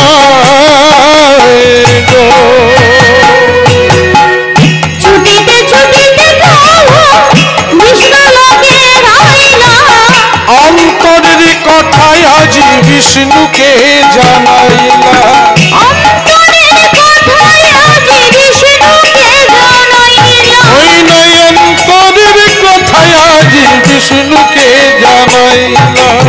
অন্তরের কথায় আজ বিষ্ণুকে বিষ্ণু নারায়ণ প্রশ্ন করছে শঙ্খচূড়কে, শঙ্খচূড় তোমার এমন দশা কেন হলো, এমন দশা কেন হলো, এমন দশা কেন হলো, এমন দশা কেন হলো। বলে প্রভু কি আর বলবো, ওই শঙ্খচূড় করে দিল, এমন দশা কেন হলো, শঙ্খচূড় করে দিল, এমন দশা কেন হলো। অন্তরের কথা আজ বিষ্ণুকে জানাইলাম, অন্তরের কথা আজ বিষ্ণুকে জানাইলাম। ওই নাই অন্তরের কথা আজ বিষ্ণুকে জানাইলাম। অন্তরের কথা আজ বিষ্ণুকে জানাইলাম।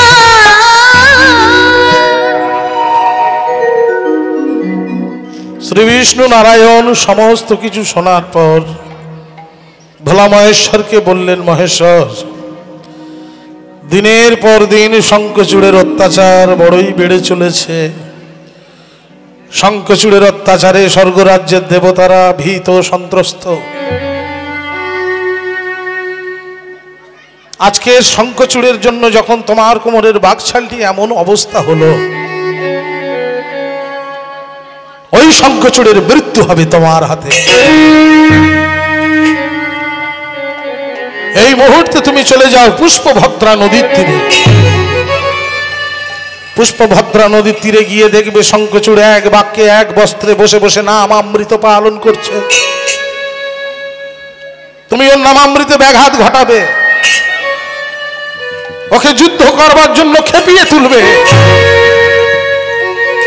তবে সাবধান মহেশ্বর, ওর কণ্ঠে আছে হরিকবচ কুণ্ডল, ওর প্রাসাদে আছে সতীলক্ষ্মী স্ত্রী তুলসী, এত সহজে তুমি ওকে মারতে পারবে না। ও যখন যুদ্ধ করবার জন্য প্রস্তুত হয়ে যুদ্ধক্ষেত্রে এসে উপস্থিত হবে, ঠিক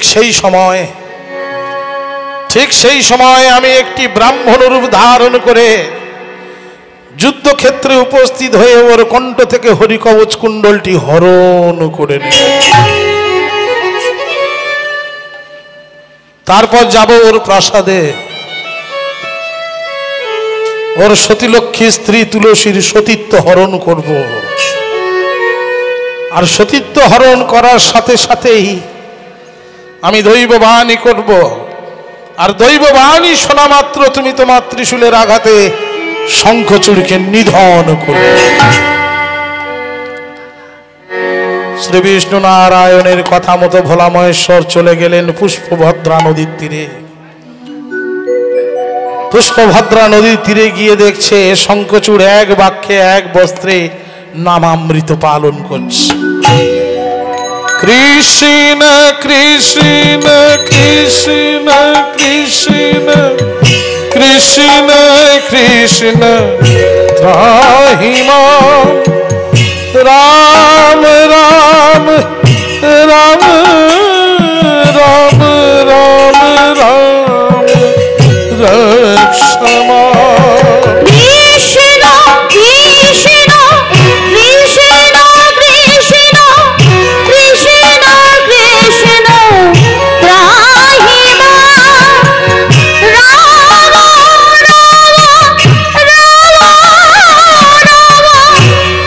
রাম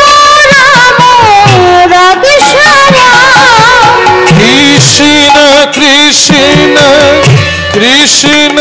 কৃষ্ণ কৃষ্ণ কৃষ্ণ ত্রাহি মাম, রাম রাম রাম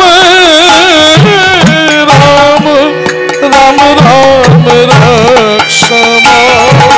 কৃষ্ণ কৃষ্ণ কৃষ্ণ কৃষ্ণ কৃষ্ণ কৃষ্ণ ত্রাহি মাম, রাম রাম রাম রাম রাম রাম রাঘব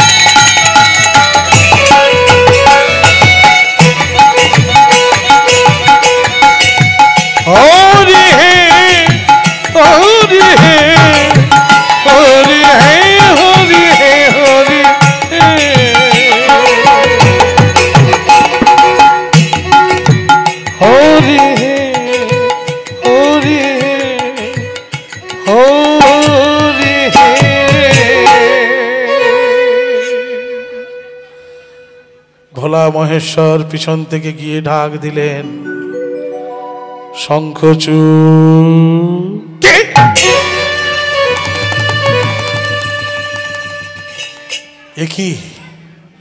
একই ভোলা মহেশ্বর, তুমি এখানে কেন এসেছো? তুমি এখানে কেন এসেছো? তুমি তো জানো আমি একা নির্জনে এখানে বসে নামামৃত পালন করছি, তবে কেন তুমি এইভাবে এসে আমার নামামৃতে ব্যাঘাত ঘটাচ্ছ? চলে যাও, চলে যাও মহেশ্বর, চলে যাও। যখনই এমন করে ভোলা মহেশ্বরকে বলেছে, হে ভক্তমণ্ডলী মায়েরা, ভোলা মহেশ্বর এবার কিভাবে খেপিয়ে তুলছে দেখুন শঙ্খচূড়কে যুদ্ধ করবার জন্য। ভোলা মহেশ্বর বলছে, ছি ছি ছি ছি ছি ছি, শঙ্খচূড়, এই তুই দৈত্যরাজ শঙ্খচূড়? ছি ছি ছি ছি, তোকে নাকি যুদ্ধে কেউ পরাস্ত করতে পারে না, তাই তোর সাথে যুদ্ধ করব বলে আমি এখানে এলাম, আর তুই আমাকে ফিরে যেতে বলছিস? জগতের সংসারে সবাই যদি এই কথাটা জানতে পারে তোকে কি বলবে জানিস? তুই আমার সঙ্গে যুদ্ধ করবার ভয়ে আমাকে ফিরে যেতে বলছিস। তুই দৈত্য বংশের কলঙ্ক, তুই দৈত্য বংশের লজ্জা। যেই না এই কথা বলেছে, শঙ্খচূড় চিৎকার করে বলে উঠল, না, আমি দৈত্য বংশের কলঙ্ক নই, আমি দৈত্য বংশের লজ্জা নই। আগামীকাল এই পুষ্পভদ্রা নদীর তীরে তোমার সাথে হবে আমার সম্মুখ যুদ্ধ মহেশ্বর। আমি আসছি, আমি আসছি মহেশ্বর, আমি আসছি। তুলসী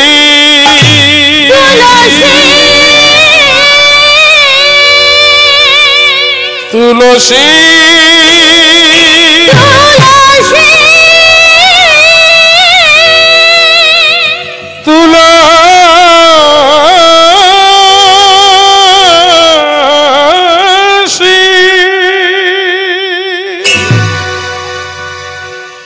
অন্দর মহল থেকে তুলসী ঊর্ধ্বশ্বাসে দৌড়তে দৌড়তে আসছে।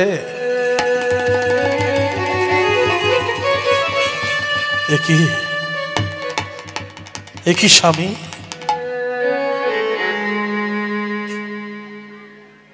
তুমি তো পুষ্পভদ্রা নদীর তীরে নামামৃত পালন করছিলে, এ তুমি কি বলছো? এ তুমি কি বলছো স্বামী? তুমি কি পাগল হয়ে গেলে? সংহার কর্তা স্বয়ং ভোলা মহেশ্বরের সঙ্গে তুমি রণে মত্ত হচ্ছ? হে ভক্ত মণ্ডলী মায়েরা, শঙ্খচূড় মনে মনে বুঝতে পেরেছিল যে এবার তার দৈত্য জীবনের অবসান হতে চলেছে, কিন্তু সে যে মারা যেতে চলেছে এই কথাটি যদি তুলসী জানতে পারে, বুঝতে পারে, মনে বড় কষ্ট পাবে, বড় আঘাত পাবে। তাই তুলসীকে সান্ত্বনা দিচ্ছে শঙ্খচূড়। কেমন করে দেখুন, তুলসী তুলসী তাকিয়ে দেখো, তাকিয়ে দেখো, আমার কণ্ঠে আছে, আমার কণ্ঠে আছে হরিকবচ কুণ্ডল। আর যার প্রাসাদে তোমার মতো এত সতী লক্ষ্মী স্ত্রী থাকে, তার কি এত সহজে মরণ হয় গো?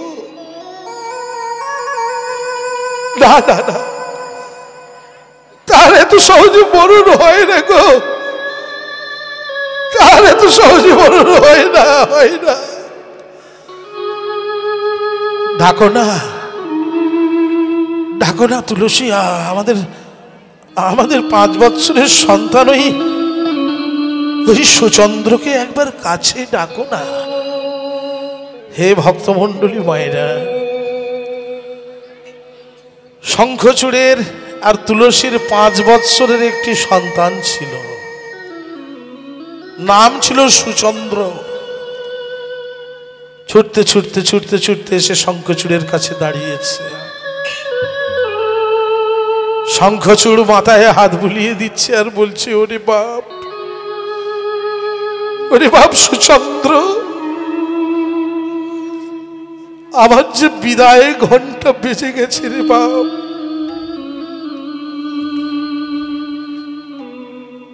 এই সমস্ত রাজত্বের ভার আমি তোর হাতে তুলে দিয়ে গেলাম। অভাগিনী মাটাকে দেখিস রে বাপ, অভাগিনী মাটাকে দেখিস, অভাগিনী মাটাকে দেখিস। তুলসী, তুলসী, তাকিয়ে দেখো, তাকিয়ে দেখো পূর্ব আকাশ কেমন পরিষ্কার হয়ে আসছে। দাও, দাও আমাকে যুদ্ধের সাজে সাজিয়ে দাও। আমাকে যুদ্ধের সাজে সাজাবে না তুলসী? তুলসী একে একে শঙ্খচূড়কে যুদ্ধের সাজে সাজিয়ে দিচ্ছে। কেমন করে দেখো, ললাটে তিলক অঙ্ক,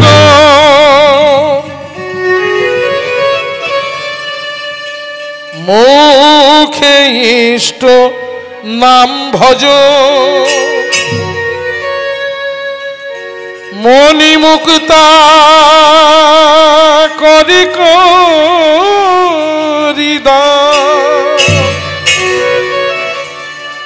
সুচন্দ্রকে দিয়া ভার, লয়ে অস্ত্র সম্ভার, পুষ্পভদ্রা নদীর তীরে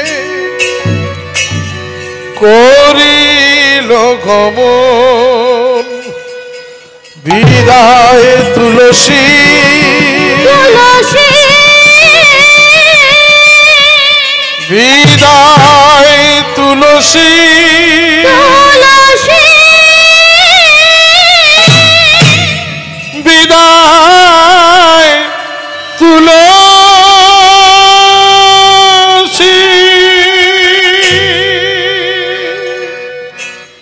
কোথায়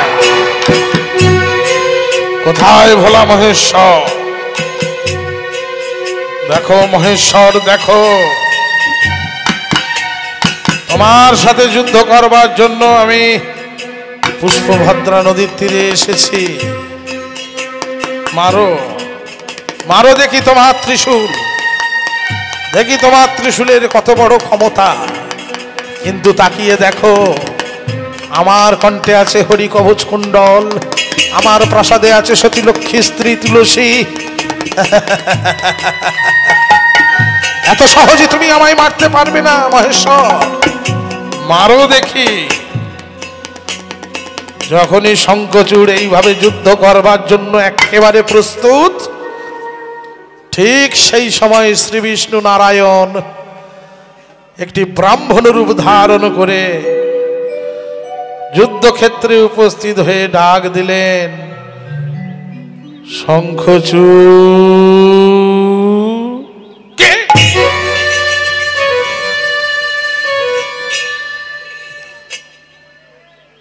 কি কে আপনি ব্রাহ্মণ? এর আগে তো আপনাকে কখনো দেখিনি আমি। তুমি আমায় চিনবে না শঙ্খচূড়। তোমার রাজ্যের এই পথ দিয়ে আমি যাচ্ছিলাম, হঠাৎ দেখতে পেলাম যে তুমি অনেক মণি মুক্ত হিরে জহরত এই সমস্ত কিছু দান করছো। তো এই দৃশ্য দেখে আমার মনেও দান পাবার একটা বাসনা জেগেছে, তাই আমি তোমার কাছে এসেছি। দাও শঙ্খচূড়, আমায় দান দাও। যেই না শঙ্খচূড়ের কাছে দান চেয়েছে, শঙ্খচূড় করজোড়ে বলছে, হে ব্রাহ্মণ, কি দান আর আমি আপনাকে দেব? আপনাকে দান দেবার মতো অবশিষ্ট যে আর আমার কাছে কিছু নেই। হে ভক্তমণ্ডলী মায়েরা, লক্ষ্য করুন, শ্রী বিষ্ণু নারায়ণ এবার ছলনা করছেন। শ্রী বিষ্ণু নারায়ণ ছলনা করে বলে উঠলেন, কে বলেছে দান করার মতো তোমার কাছে কিছু নেই? হ্যাঁ, ওই তো তোমার কণ্ঠে আছে হরিকবচ কুণ্ডল, দাও ওই হরিকবচ কুণ্ডল আমায় দান করো। না, বলো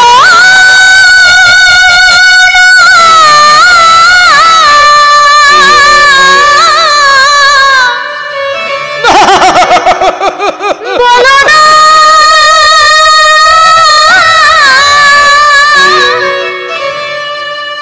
বলো না, না, না, না, না, এ হরিকবচ কুণ্ডল আমি দিতে পারবো না। এই হরিকবচ কুণ্ডলের জন্য আমি বেঁচে আছি। না, না, আমি দিতে পারবো না। ও, তাহলে তুমি দান দেবে না শঙ্খচূড়? বেশ বেশ, তাহলে আমি ফিরেই যাচ্ছি। হঠাৎ শঙ্খচূড়ের অন্তরাত্মা জানান দিল যে ওরে আর সময় নেই, আর সময় নেই, এইবার তোর এই দৈত্য জীবনের অবসান হবে। এইবার তোর আত্মাটা চলে যাবে সেই গোলক বৃন্দাবনে। যেই না অন্তরাত্মা জানান দিয়েছে, শঙ্খচূড় আর কাল বিলম্ব করলো না, সঙ্গে সঙ্গে বলে উঠল, দাঁড়ান দাঁড়ান ব্রাহ্মণ, দাঁড়ান, নিয়ে যান, নিয়ে যান।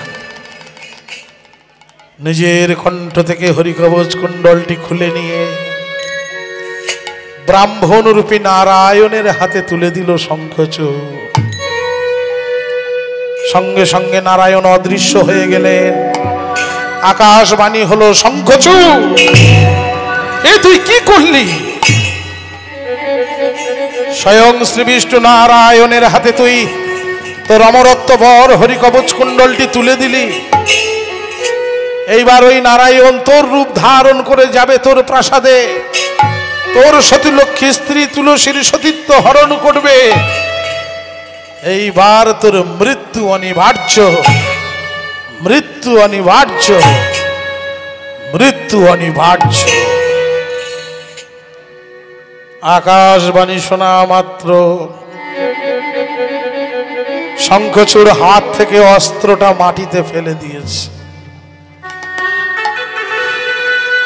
ভোলা মহেশ্বরের চরণে বসে বসে হাউ হাউ করে কাঁদছে আর বলছে, প্রভু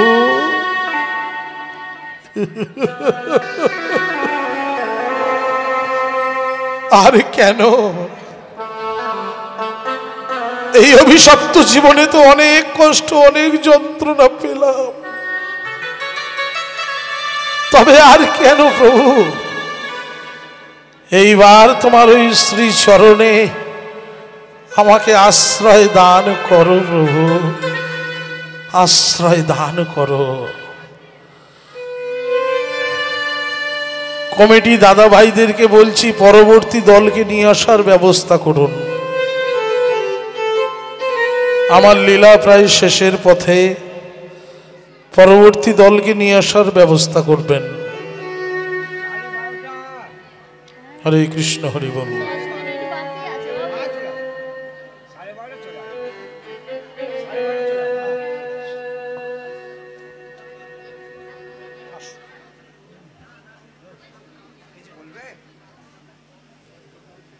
আমি মনে বলা চলে উঠেছে। জয় রাধে, জয় রাধে। সবাই সেবা হয়েছে কি না হয়নি?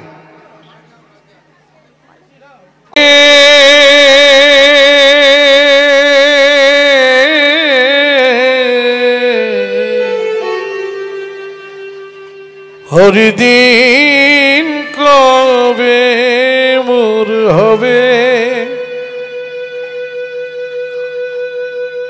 আমি আশায় আশায় বসে রইলাম, তোমার কৃপা পাব কবে,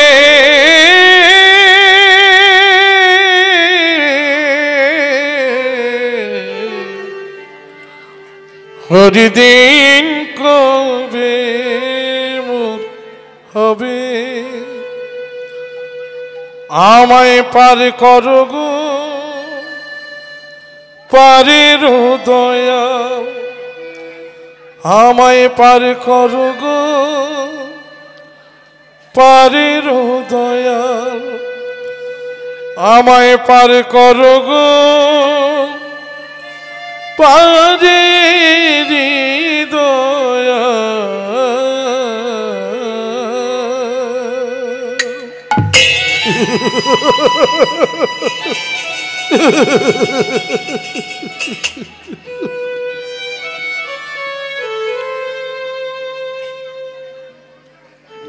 জীবনের শেষ প্রার্থনা করলো ভোলা মহেশ্বরের চরণে বসে শঙ্খচূড়।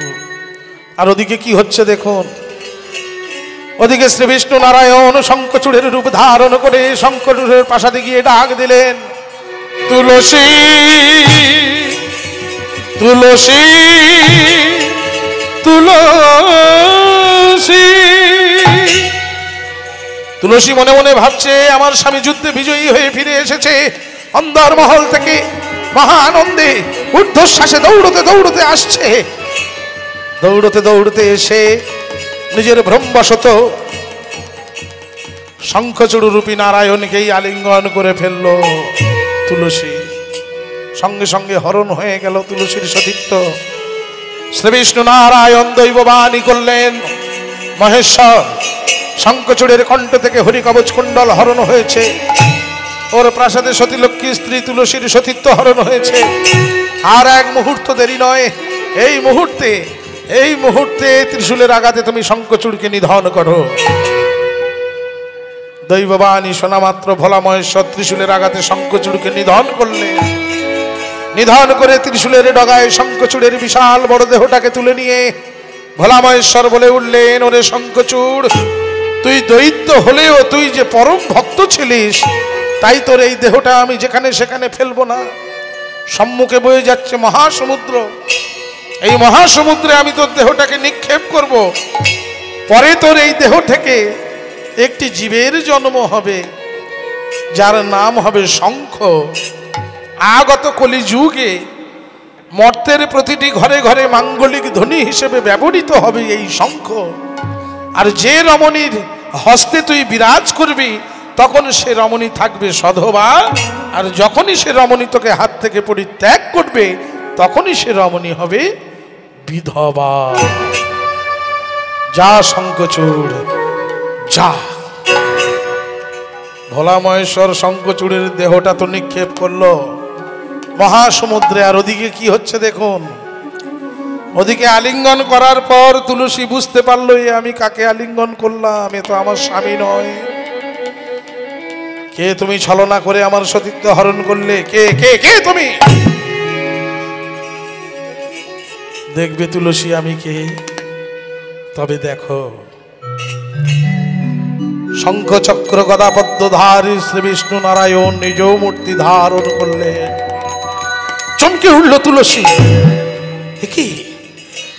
একই নারায়ণ,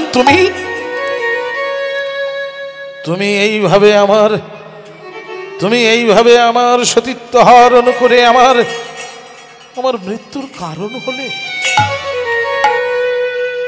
কেন করলে তুমি আমার সঙ্গে এমন কাজ?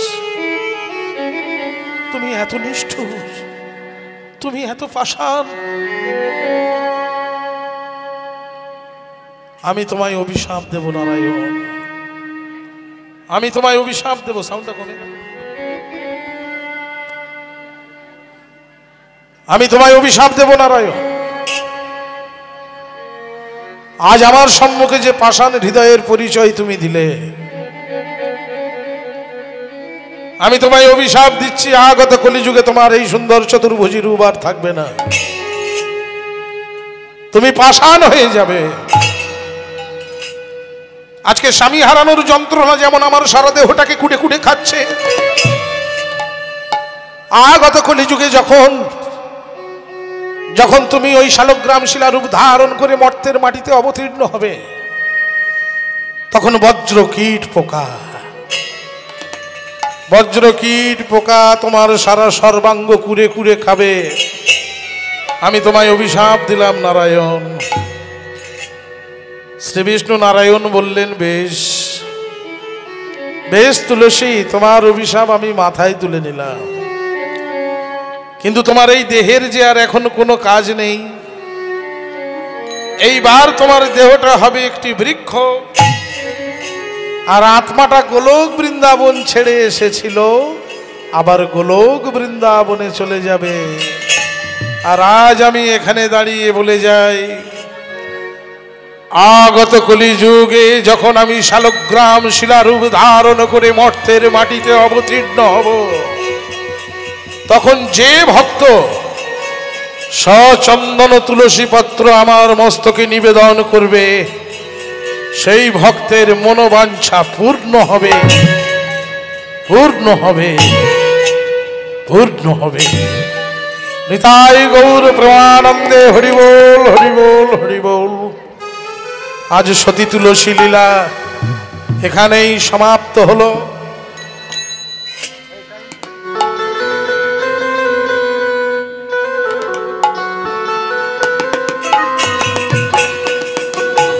আসুন রাধা গোবিন্দের যুগল রূপ দর্শন করে আমরাও আমাদের নয়ন যুগলকে সার্থক করি।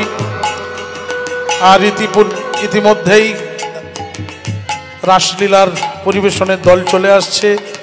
আমার অসীমাদি চলে আসছেন।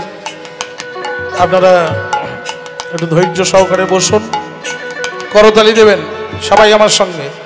নয়নে নয়নে আজ মিলন হইল, নয়নে নয়নে আজ মিলন হইল, নয়নে নয়নে আজ মিলন হইল, নয়নে নয়নে আজ মিলন হইল। আর সবাই মিলে বাহু তুলে হরি হরি বলো, সবাই মিলে বাহু তুলে হরি হরি বলো, সবাই মিলে বাহু তুলে হরি হরি বলো, সবাই মিলে বাহু তুলে হরি হরি বলো, সবাই মিলে বাহু তুলে হরি হরি বলো, হরি বল।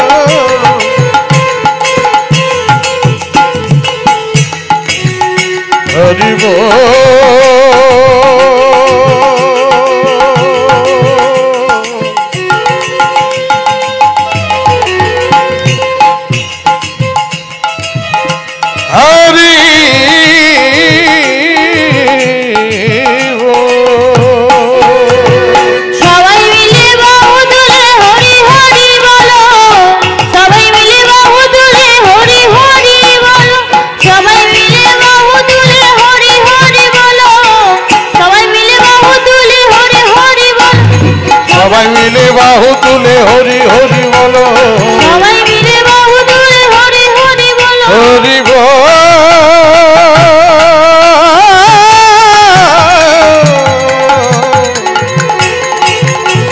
হরি বল, হরি